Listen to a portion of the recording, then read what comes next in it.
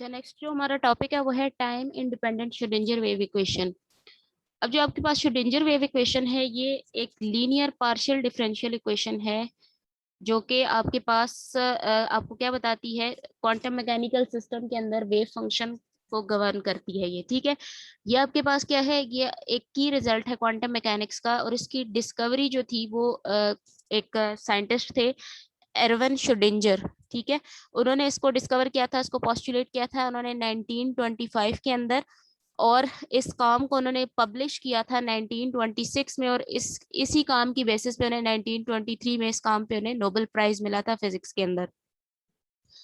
तो कॉन्सेप्चुअली जो आपके पास श्रोडिंगर इक्वेशन है वो बिल्कुल इसी तरह है जिस तरह कि आपने न्यूटन सेकंड लॉ पढ़ा था क्लासिकल मैकेनिक्स के अंदर। Newton second law classical mechanics में जो रोल प्ले करता है उसी का काउंटर पार्ट आप क्वांटम मैकेनिकल सिस्टम के अंदर श्रोडिंगर इक्वेशन को कह सकते हैं। ठीक है, तो इसके अंदर देखो आपके पास जो आपने पढ़ा था कि जो हैमिल्टोनियन ऑपरेटर होता है, हैमिल्टोनियन ऑपरेटर को आप किस तरह से लिख सकते हैं। हैमिल्टोनियन ऑपरेटर को आप लिख सकते हैं h is equals to minus H cut square divided by 2m partial square by partial x square plus v of x।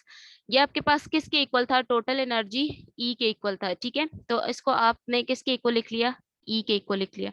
अब आपने ऑपरेट करवाना है इसके दोनों साइड पे, आपने साई ऑफ x को ऑपरेट करवा दिया, वेव फंक्शन को ऑपरेट करवा दिया, और आप इस v ऑफ x और e वाली दोनों टर्म्स को आप एक साइड पे लिख लें और दूसरी इस सिंगल टर्म को आपने इक्वेशन के इस साइड पे लिख लिया, और इस डेरिवेटिव के साथ से ये जो कांस्टेंट टर्म आ रही है इसको भी आपने उठा के वहां पर मल्टीप्लाई करा देना है।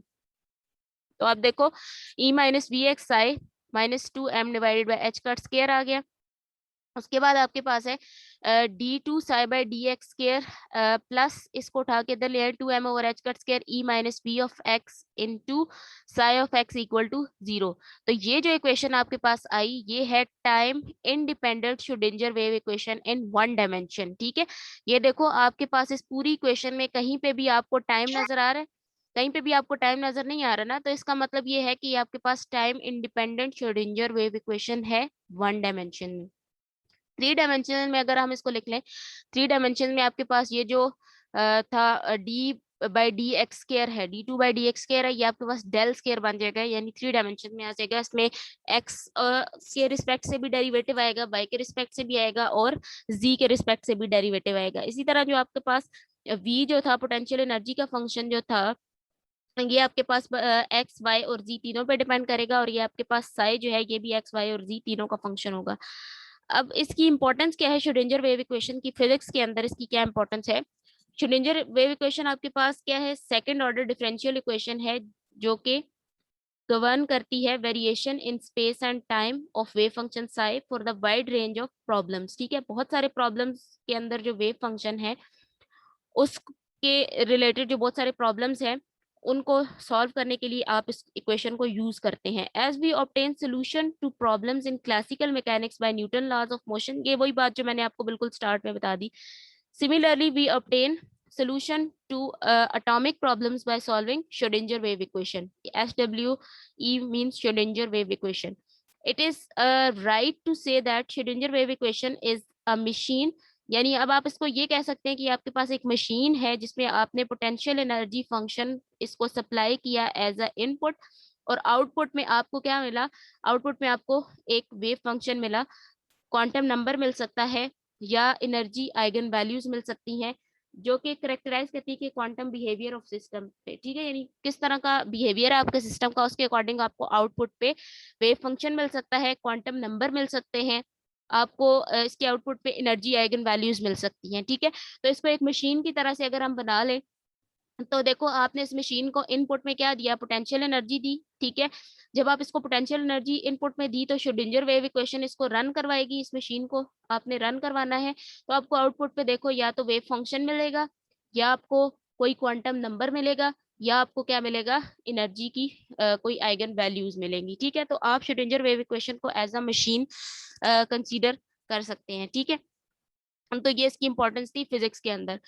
उसके बाद है time dependent Schrodinger wave equation. अभी आपने देखी time independent Schrodinger wave equation जिसमें आपके पास टाइम का कोई ताल्लुक नहीं था। अब आपने टाइम डिपेंडेंट वेव इक्वेशन देखनी है तो आपको पता है कि जो हैमिल्टोनियन ऑपरेटर है, हैमिल्टोनियन ऑपरेटर आपके पास क्या होता है, minus H cut square divide by 2m D two psi by D X square V x psi equal to E psi. अगर हमने ई को ई की जगह पे एनर्जी का ऑपरेटर अगर आप यूज कर लें, ऑपरेटर इक्वेशंस आपने पढ़ी थी, ऑपरेटर इक्वेशन एनर्जी का ऑपरेटर आपके पास क्या था, E is equal to iota H cut partial by partial t था, ठीक है। तो आपने एनर्जी की जगह पे उसके ऑपरेटर की वैल्यू लगा दी। ये आपके पास time dependent Schrodinger wave equation है for the motion of the particle in one dimension, ठीक है। अब देखो यहाँ पर टाइम आ गया ना, उसका मतलब है कि ये आपके पास क्या है, time dependent Schrodinger wave equation है। थ्री डायमेंशन में अगर आप बात करें तो थ्री डायमेंशन में आपके पास ये क्या बन जाएगी, psi a function of x Y Z and t. अब देखें आपने क्या करना है, स्पेस और टाइम दोनों कोऑर्डिनेट्स लेने हैं, ठीक है। इसी तरह साई जो है वो आपके पास X Y Z and T का फंक्शन है, और इसी तरह जो आपके पास इस तरफ भी साई आएगा वो भी X Y Z and T का फंक्शन आएगा। अब आपके पास क्या है कि separation of one dimensional Schrodinger wave equation into time dependent and time independent parts. अब आपने क्या करना है कि जो आपके पास one dimensional Schrodinger wave equation है उसको आपने टाइम डिपेंडेंट और टाइम इंडिपेंडेंट पार्ट्स में सेपरेट करना है, ठीक है।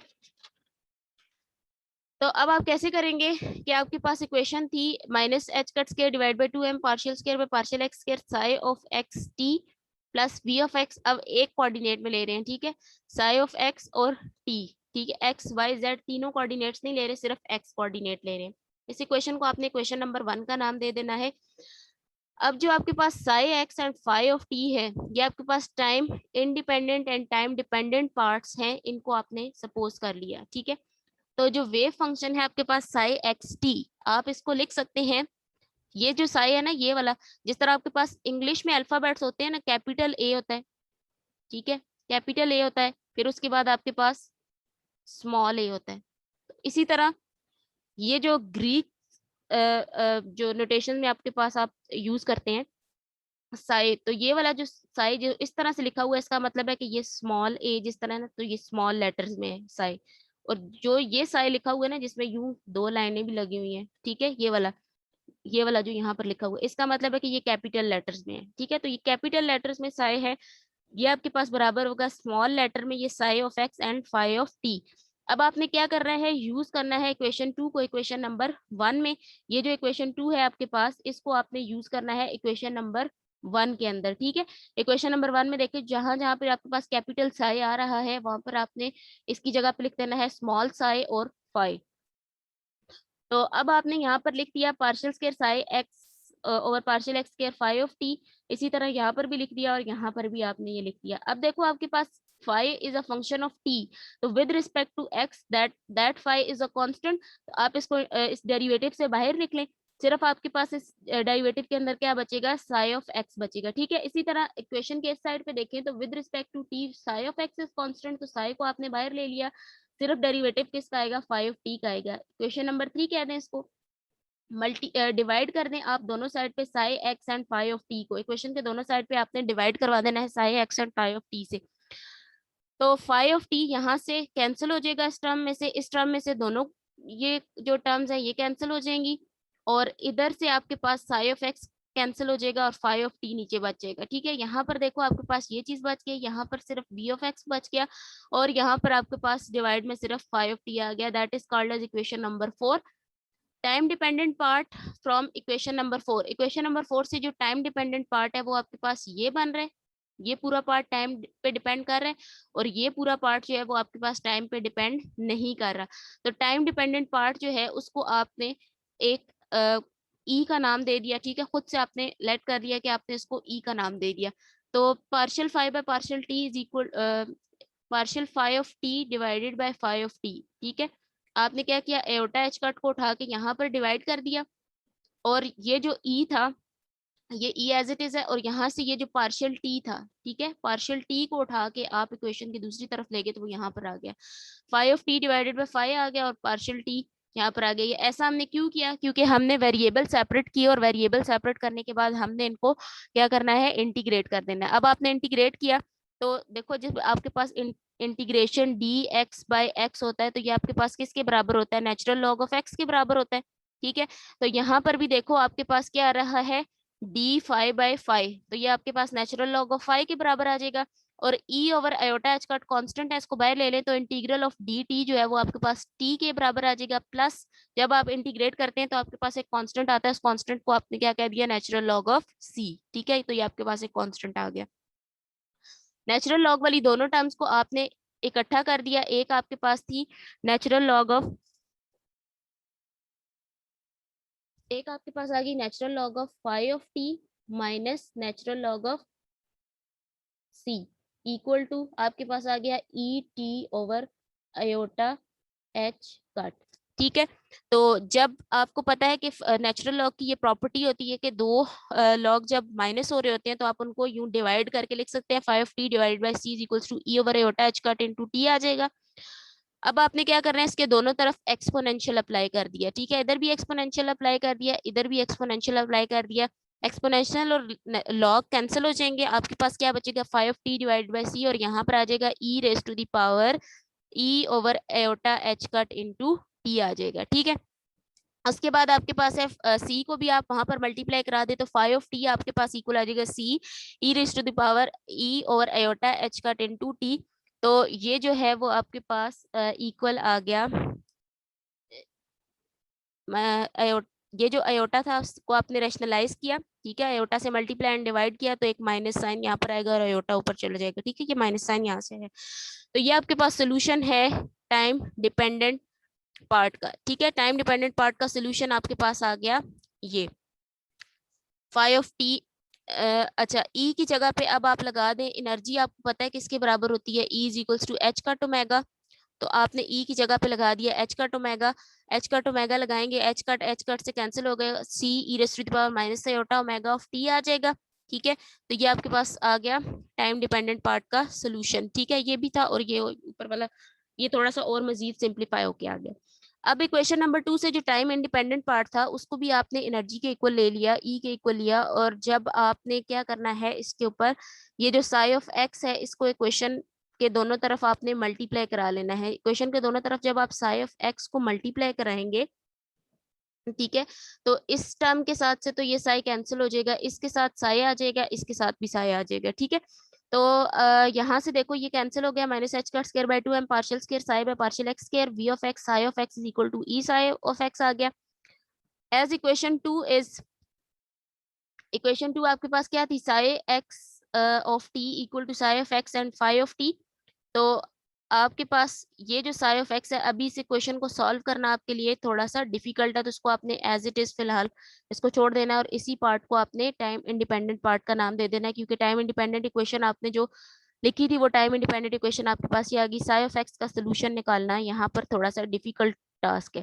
तो आपके पास जो इक्वेशन नंबर 2 थी, जो आपने साई ऑफ एक्स टी लिया था, वो आपके पास किसके इक्वल आया था, psi of x e raise to the power minus iota omega of t के बराबर आ गया था। ठीक है, उसके बाद है derivation of Schrodinger wave equation time independent part. ठीक है, अब उसका जो टाइम इंडिपेंडेंट पार्ट है इसकी डेरिवेशन है नेक्स्ट। तो इसकी डेरिवेशन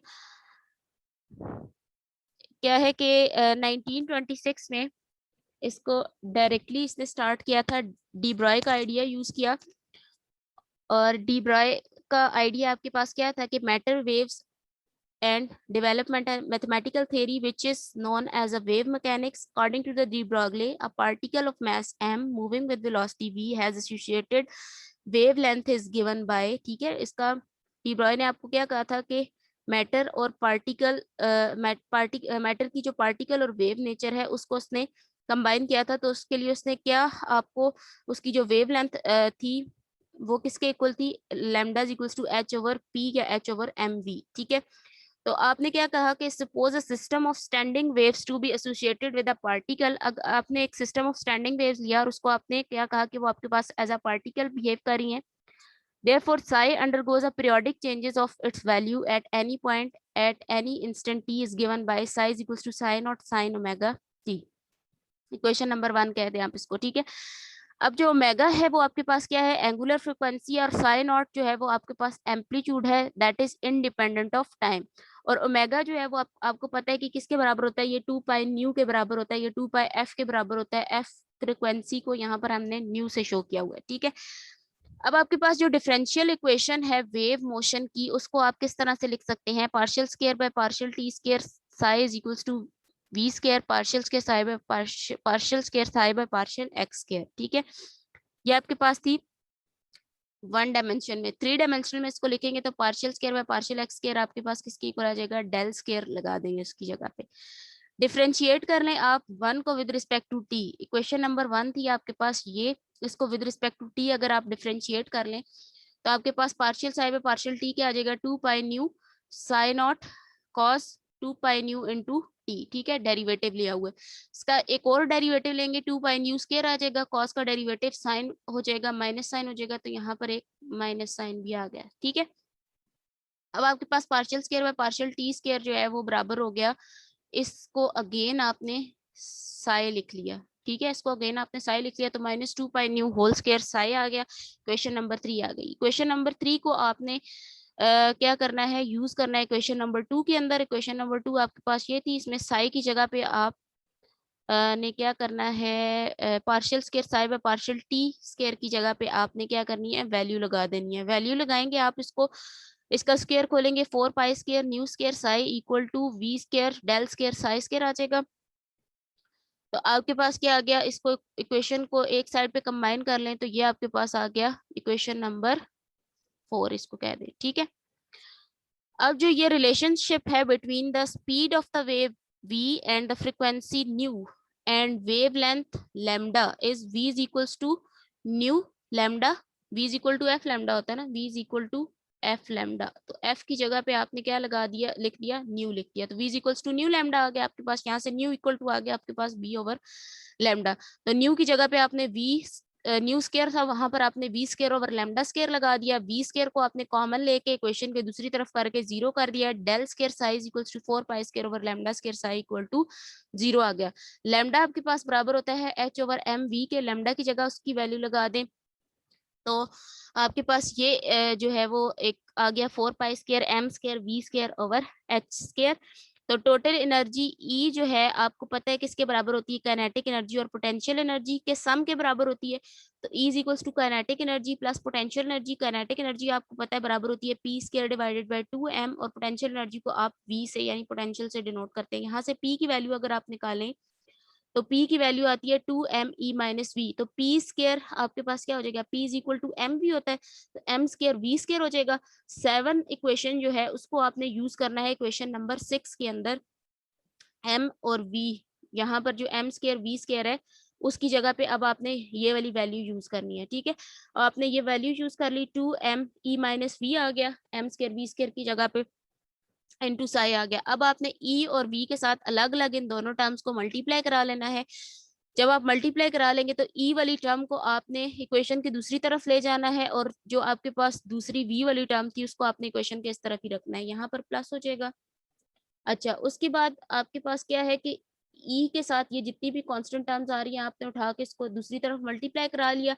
मल्टीप्लाई करा के दोनों के साथ अंदर अलग अलग मल्टीप्लाई कराना है। इसके साथ जब मल्टीप्लाई कराएंगे तो ये पूरी टर्म्स कैंसिल हो जाएंगी और इसके साथ ये टर्म आपके पास बच जाएगी।